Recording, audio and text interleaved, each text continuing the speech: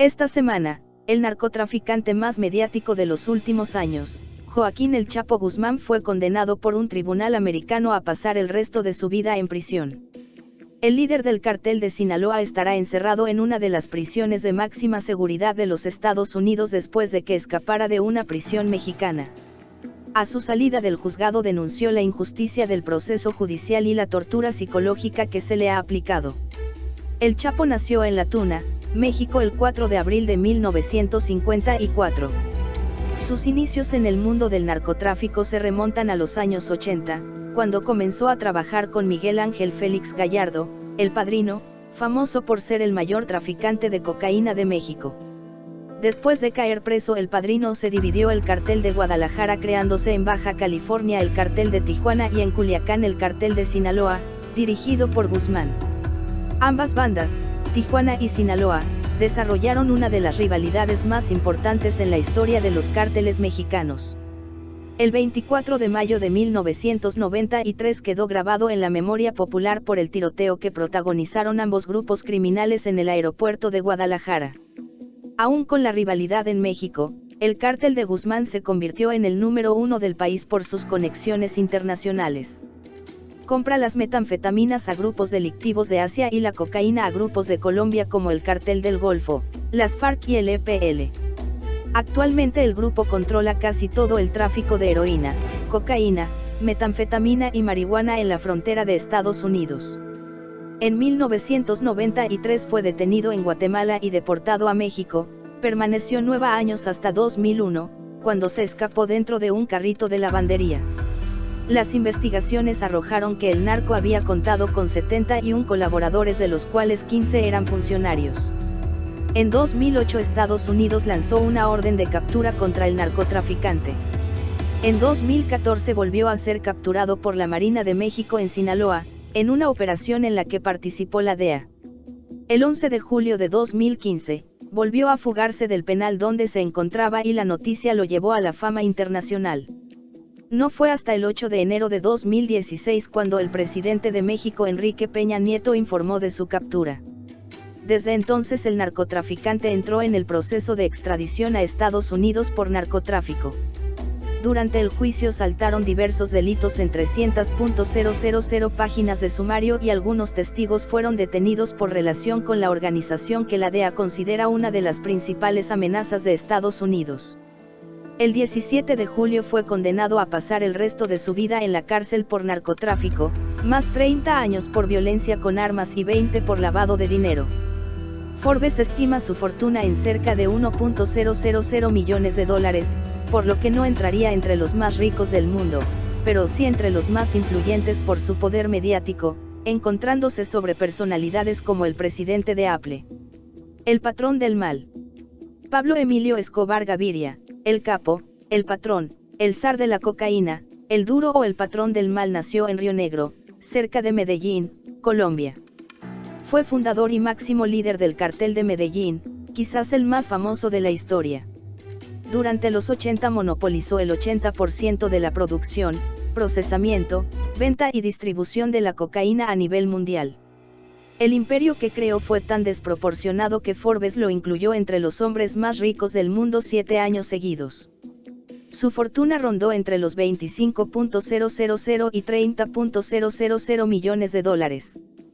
Para encubrir su descomunal fortuna, en los 80 realizó un sinfín de obras de caridad en su región y llegó a incursionar en la política. Pablo Escobar, cuando entró a prisión en 1983, después de que una investigación del diario El Espectador revelase los negocios de El Capo, su escaño le fue retirado y fue acusado de forma pública. 2 de los periodistas fueron asesinados meses después por órdenes del cartel. Para el año 1985 el narcotráfico en el país sufrió una gran expansión. Belisario Betancur, entonces presidente de Colombia, declaró la famosa guerra contra el narco con el apoyo de los Estados Unidos. Después de varios intentos de negociación, la guerra entre los narcos y el gobierno llegó a proporciones nunca vistas en el continente. Miles de muertes, entre ellas, jueces y funcionarios públicos. Escobar marcó la etapa de los coches bomba y atentados terroristas en el país sudamericano, que hoy recuerda los 80 a 90 como la época más oscura de su historia. Ahora se reconoce a Escobar como el autor de 657 asesinatos de policías. En 1991, después de una reforma constitucional, Colombia prohibió la extradición a Estados Unidos, permitiendo negociar a Escobar, que acordó ser ingresado en la prisión La Catedral de Envigado, municipio anexo a Medellín. No obstante, el capo se escapó después de que las autoridades descubrieran que continuaba sus operaciones. Después de 17 meses de búsqueda, fue tiroteado en un tejado de Medellín el 2 de diciembre de 1993. El príncipe de la muerte. Pero ha habido otros grandes capos de la droga, como por ejemplo, Kun S.A., nacido en Birmania el 17 de febrero de 1934.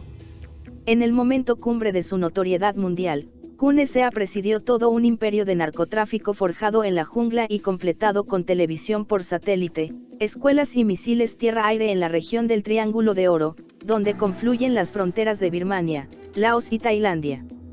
Pero los agentes de narcóticos de las autoridades de todo el mundo le conocían como el príncipe de la muerte, y en Estados Unidos se llegaron a ofrecer 4 millones de euros de recompensa por su detención. Kun S.A., conocido como el príncipe de la muerte. Kun S.A. había vivido en un lugar aislado cerca de Rangún desde 1996, cuando se rindió ante las autoridades de la Junta Militar birmana, que a su vez le permitieron continuar con sus negocios en el narcotráfico. En 2007 falleció en una región aislada del sureste asiático por causas desconocidas por la familia. Se conoció que sufría diabetes, pero no se confirmó que esta fuera la causa de la muerte a los 74 años. La reina de la cocaína. Griselda Blanco fue la guía de Pablo Escobar. Se encargó de iniciar el negocio de tráfico de cocaína desde Colombia hasta Estados Unidos a través de Miami en los años 70 y 80. Nació en Cartagena de Indias en 1943 y durante su actividad delictiva fue conocida como la Viuda Negra, por haber asesinado a uno de sus esposos.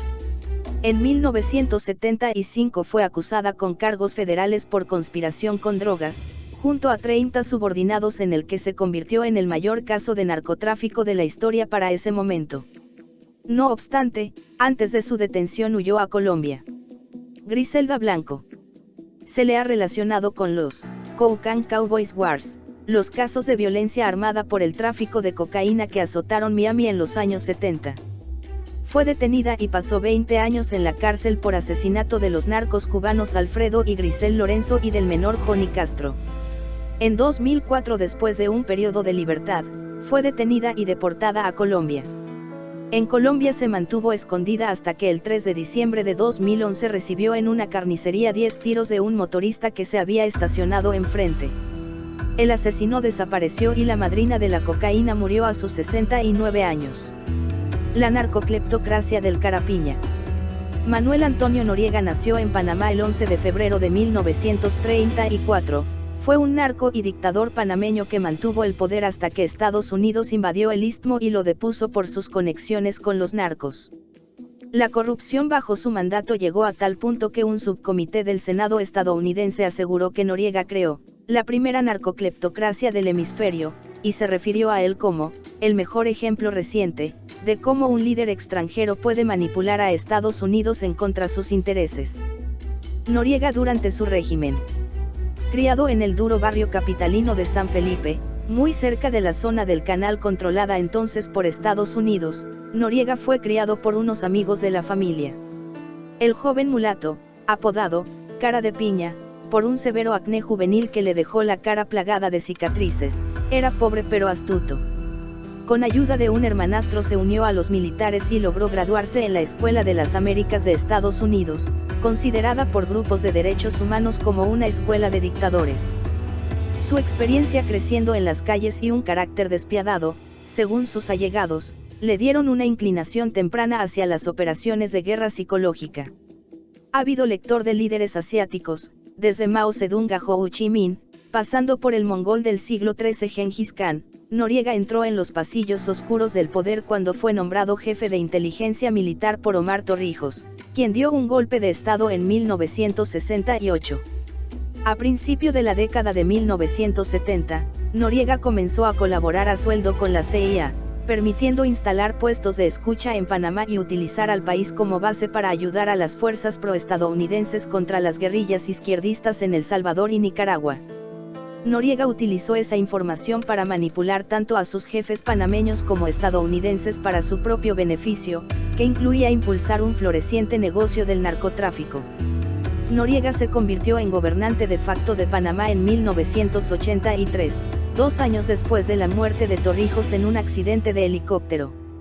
Para ese entonces ya trabajaba con capos colombianos de la droga a cambio de millonarios sobornos. Aunque los funcionarios estadounidenses sabían de sus operaciones criminales desde 1978 y para 1983 tenían suficientes evidencias en contra de Noriega, según testimonios oficiales, Washington no actuó porque Panamá era visto como unos cortafuegos frente al avance del comunismo en Centroamérica. Sin embargo, las tensiones con Estados Unidos comenzaron a aumentar en 1985, cuando Noriega no reconoció a Nicolás Ardito Ubarleta, el primer presidente democrático en 16 años, tras unas elecciones que había puesto Washington como condición para devolver el control del estratégico canal al país.